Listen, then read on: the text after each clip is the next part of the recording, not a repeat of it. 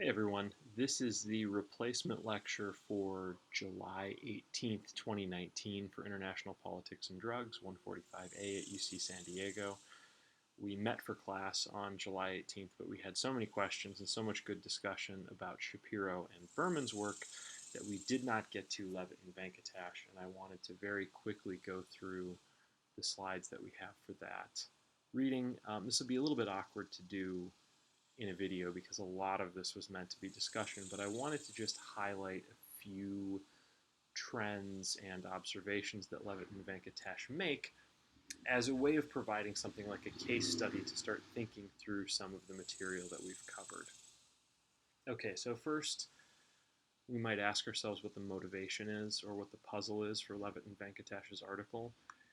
This should be relatively familiar to us in this class by this point. Levitt and Venkatesh are interested in how the organizational structure and the community relations strategy of drug selling street gangs affect their performance in the drug selling industry. So we've been asking a lot about what sorts of independent variables might influence the organizational structure of a drug gang. And now one of the things we're going to cover here with this reading is the question of what downstream effects those organizational choices have on the smuggling firm's success. Remember, Shapiro deals with this to some extent, right? He intends us to understand why it is that terrorist organizations choose disaggregated network structures over hierarchical organizations. It's a function of the interdiction pressure that states put on them. But he implies in his reading that illicit organizations should prefer to have hierarchical structures. Why should they prefer to have hierarchical structures? Okay, hopefully the answer that we recall from Shapiro's work is that Shapiro believes hierarchical structures mitigate principal agent problems better than network structures. You want to be out there monitoring your employees because that will minimize the amount of shirking that they do. It will minimize the amount of time that your employees spend slacking off or actively working against your interests. But because that observation, the act of that observation, exposes you to the state's interdiction capacity, Shapiro argues that where the state is strong, um, we'll make costly sacrifices, and rather than monitor our agents, we'll use a network style structure. What's the data source here? Shapiro's data source is pretty interesting. This is another really interesting data source. The data source, the main data source, is the ledger, the business ledger, including the costs and wages and sales amounts of an actual drug selling gang that was operating in Chicago in the mid-1990s. So what sorts of questions might you have about this data? How would you know if it was reliable? Would Shapiro predict that this data set should even exist? Right? What is the puzzle about the existence of this data set for Shapiro? Well, the data set appears to be authentic. Venkatesh and Levitt spend a fair amount of time discussing not only how Venkatesh, whose fieldwork yielded this ledger, came about getting it, but also the fact that Venkatesh's experience in living and working with this drug gang during his field research for his PhD in sociology at the University of Chicago led him to believe that um, this ledger was more or less authentic. He does, however, bring up one potential problem. Who is the audience for this ledger? The audience for the ledger is the leaders of the gang who might use the account book to audit the amount of business that the drug selling organization does. So it's possible, Venkatesh argues, that the estimates in the ledger bias the profits from drug selling down. They might hide any side deals that the localized gang leaders make. And it might also overestimate costs, overreport the number of hours that particular people were working so that the local gang leaders can skim off of the taxes that they owe to the gang conglomerate. So we have these ledgers. In addition to that, we have hundreds of hours of interviews that Venkatesh conducted while he was living with and observing the gang's members. So what do we think about the structure here? I guess I have 2 blank slides in a row, which is awesome. What do we think about the structure here? Was this a hierarchical or network structure to the gang? Here's the actual layout of the org chart. We have the centralized gang leadership, which lays out over local leaders who themselves each have, Venkatesh argues, an enforcer, a treasurer, and a runner who are responsible for the violence operations, the business operations, and the logistical operations, respectively. One thing to notice right here, right, is what part of this org chart would not exist if this were a legal business. Typically, any sort of local business that was in charge of its own operations would have a treasurer who manages the accounting, and you'd also have a runner who manages the logistics. But of course, the enforcement and foot soldiers here, this would be the police. So we wouldn't need this entire group of people if this were a legal business. Okay, so do we think that this looks like a network or a hierarchy? Let's look at the job descriptions a little bit here. The central leadership included 12 people who were responsible for collecting dues, overseeing recruitment of new members, and allocating punishments and liaisons to the community. They sit on top of this group of local leaders. So who does it sound like they are? What type of an arrangement does this remind you of? The top level of the gang here in the org chart toward the local leaders. Does this sound like a network or a hierarchy? I think you could make arguments both ways, but this struck me as being sort of network-like. In fact, what it reminded me of almost was a franchise, where the franchisor, the McDonald's Corporation, provides some sort of rights and dispute resolution and intellectual property to a franchisee who is then responsible for running the day-to-day business of their own firm, assuring that it accords with the demands of the franchisor to maintain the license. So then after we have this relationship between the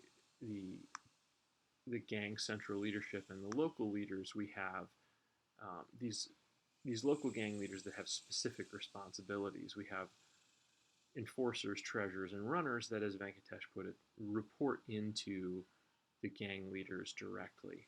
What does this sound like?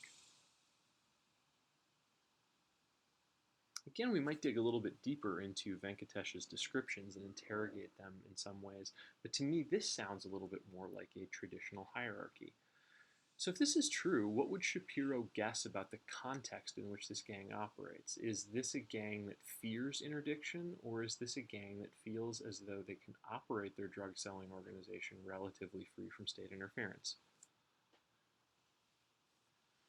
Well, we have this hierarchy, and we have this very explicit accounting book, which are ways of monitoring agents so that principals don't lose as much money. But again, Shapiro's argument is that we shouldn't see illicit groups doing this. They should be making sacrifices to their hierarchy, making sacrifices to principal-agent problems in order to maintain their secrecy. So this particular gang or set of gangs that Venkatesh studied must feel relatively secure in the part of South Chicago in which they operate. How about this? I guess we actually sort of covered this already, right? The gang leaders pay a fee to the franchisors. Here he actually just calls it a franchisor. I guess I didn't make that up on my own. I'm not as smart as I thought I was. They get a residual claim on the profits that accrue to their franchise. I guess another interesting question here is, how does this compare to the Mexican mafia as described by David Scarbeck?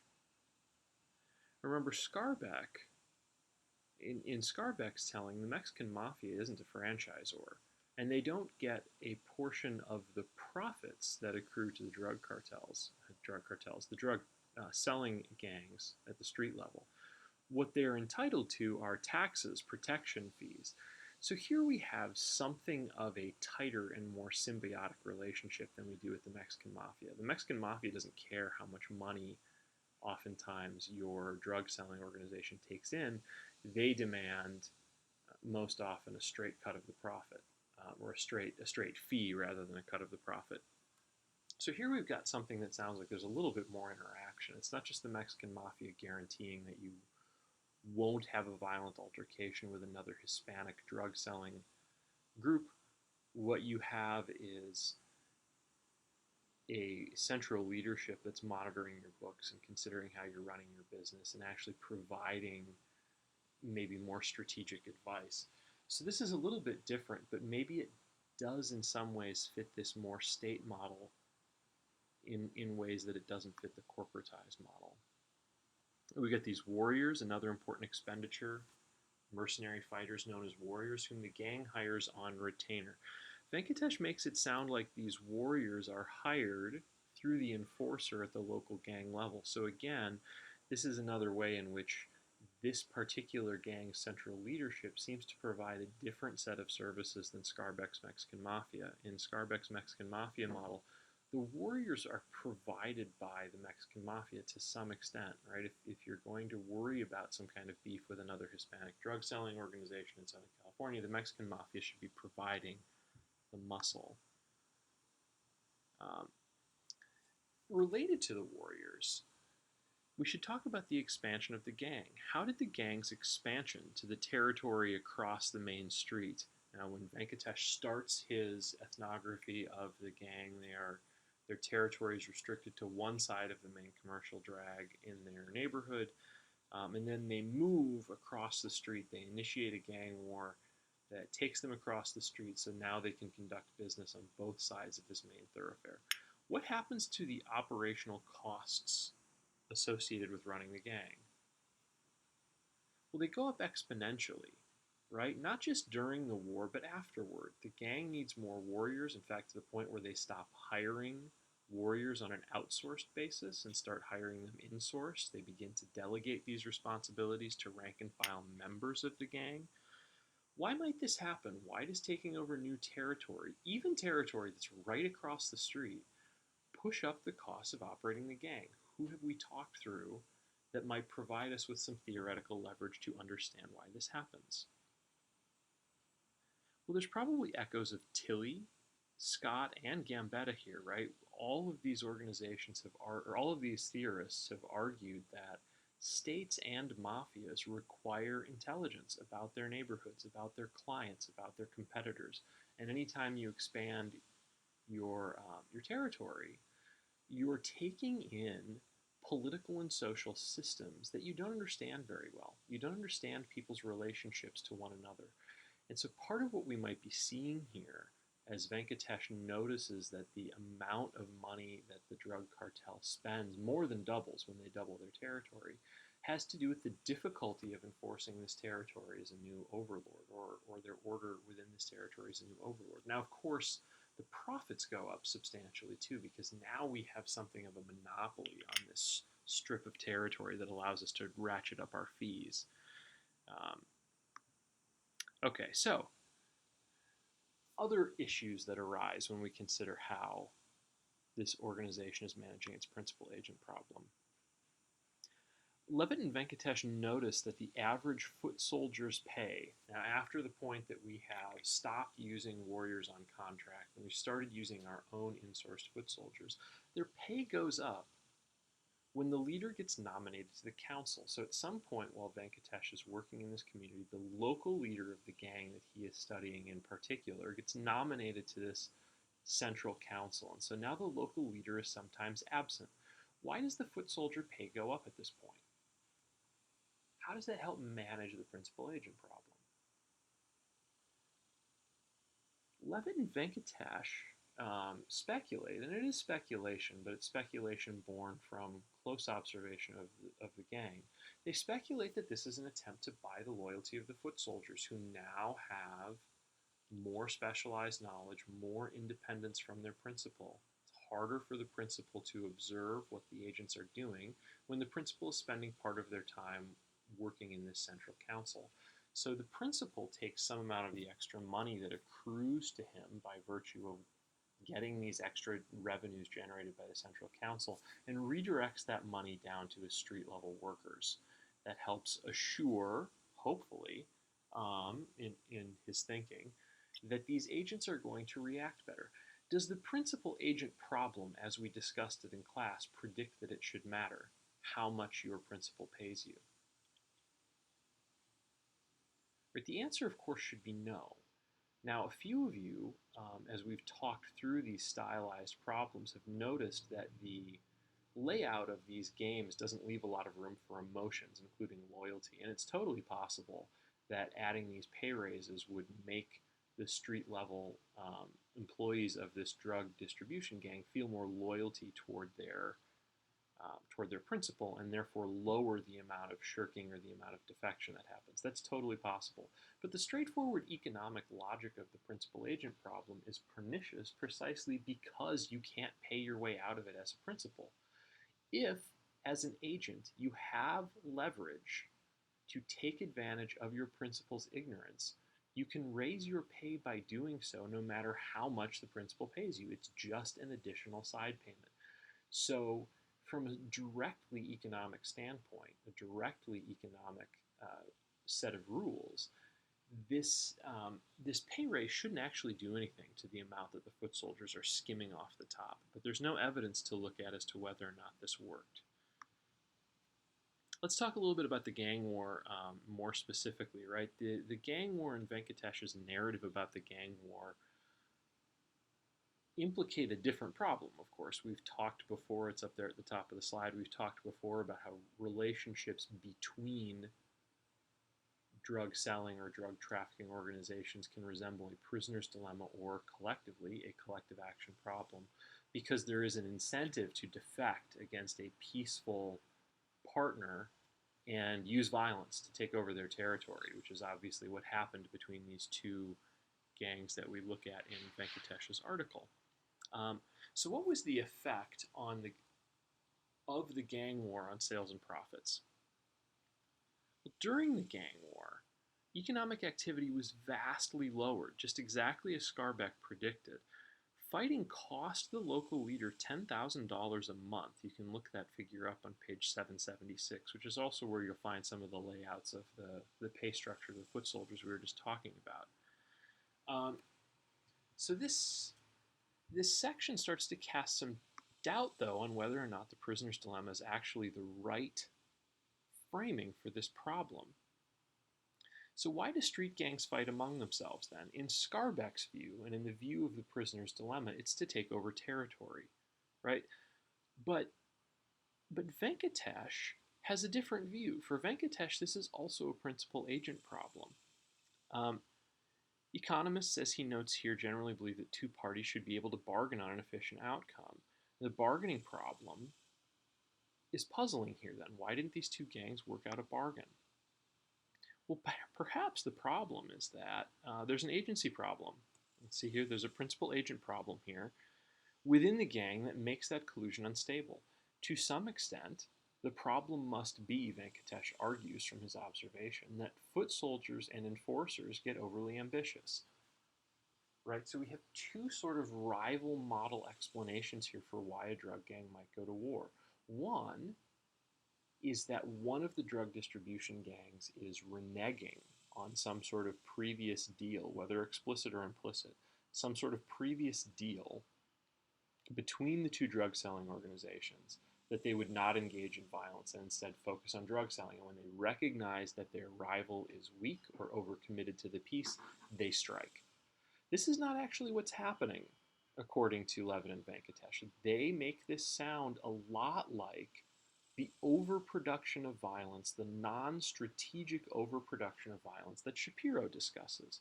You have these foot soldiers who want to prove that they're tough, they want to move through the ranks by being protective of their turf, and they create among the rank and file membership of the rival drug gang these sorts of beefs or rivalries that can't be solved by the principal's negotiation. The agents aren't doing what the leadership wants here. They're overproducing violence. It's an interesting alternative way to conceptualize of what gang wars actually mean. A couple of last things to tie up. What are the differences between marijuana and crack that might influence the organizational behavior of these drug gangs, and how do you think that drug selling gangs should respond to these differences? Interestingly, right, I mean, one of the things that we've talked about in class is the volume of marijuana per dose is so much higher than the volume of any form of cocaine that it changes the way that you need to hide and move and operate with these things. Another difference, apparently, is that some drugs require higher capital outlays. You need to buy things wholesale. And when you buy wholesale, you have a completely different organization. And in this case, one of the reasons that Venkatesh argues the rival drug gang was unable to fight against the gang that he was studying is that the organizational structure of the rival gang was dependent upon their understanding of pre-crack drugs. They needed to raise this capital, and so they had a very, very rigid hierarchical structure, and the gang that Venkatesh was studying pounced on that opportunity. They killed off some of the people or chased away some of the people who were high in the hierarchy, leaving the foot soldiers leaderless and without the human capital to run their organization. So here we have an independent variable that's some kind of an interaction between the characteristics of the drug and the organizational type of the gang, and the dependent variables are the profitability and the strength of the drug selling gang with respect to creating violence. One last thing then, what is the prevention policy that the authors suggest in order to combat drug gangs? Most foot soldiers are simultaneously employed by the gang and in the legitimate sector. So what's the theory here? What motivates the behavior of individual members? It's money. The evidence that the authors provide that this is not the sole motivation is the overall low pay given the risk. Right? So the idea here is that what we ought to be doing is developing the legitimate job sector. And if we have higher paying, more stable jobs, most of the rank and file foot soldiers who participate in drug selling are going to drop away. So if drug dealers across their ranks make only slightly more than average wage that are offered to people of similar educations and backgrounds, actually, let me go back and spell the assumptions of this question out more specifically.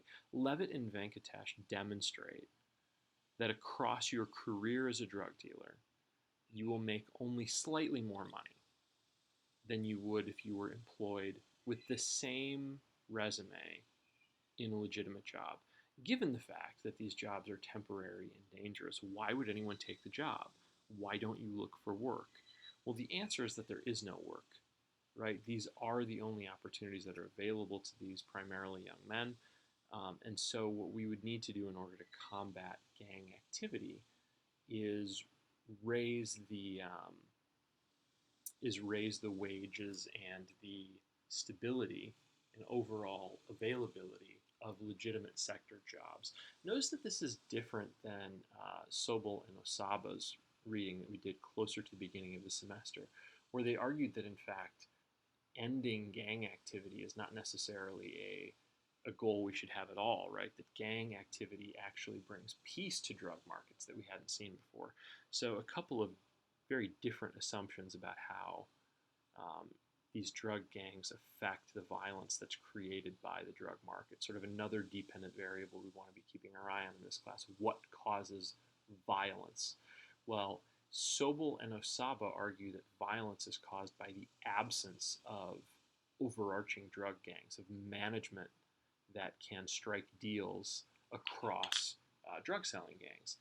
That's completely the opposite of what Venkatesh and Levitt argue here. They argue that you can stem the tide of violence in the drug markets by offering more money for legitimate work to the sorts of people who would otherwise join gangs, thereby undermining the number of people who are working for these gangs in the first place, because they see the problem here, the problem that leads to violence and gang wars, as being a principal agent problem. The principals who are the solution for Sobel and Osaba, you introduce principals who organize the drug market. They incentivize their principals to behave, or their agents to behave. They organize their principals to produce less violence so the drug gangs can focus on selling drugs. Those principles to Levitt and Venkatesh cannot control their agents. And so the agents actually go out and create violence anyway. So we've got a couple of very different theories about how violence comes out of drug smuggling operations. We'll take more looks at this later. Okay, that is all that I have for Levitt and Venkatesh. I will see you on the July 23rd lectures that I will be posting soon. Thank you.